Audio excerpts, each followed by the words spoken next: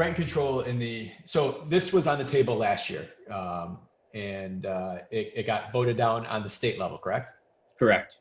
And it's not being proposed right now, but it's something that could come back up again, or what does the future look like, or time-wise?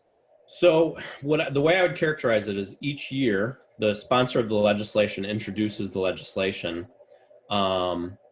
This year was a weird year because of the pandemic. So, if it didn't deal directly with pandemic issues, it was kind of like off the table.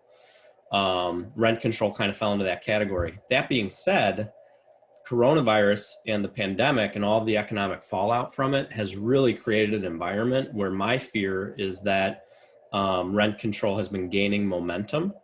So what we'll see, I think in the fall, the state legislature will have what's called a fall session, which is just a few days. I think we'll see talk. We may see some headlines or, people doing events in Chicago trying to promote rent control. But then in the spring is a little bit of a misnomer. They call it the spring session, but it starts in, about January. So in early next year, I think you'll see this legislation get introduced again.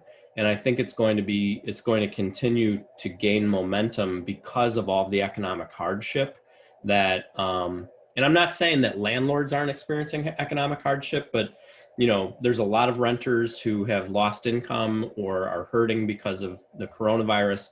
And I think that's building to this argument. We need, for people saying we need rent control. I think we're going to see that in the spring. It's going to come back with a vengeance.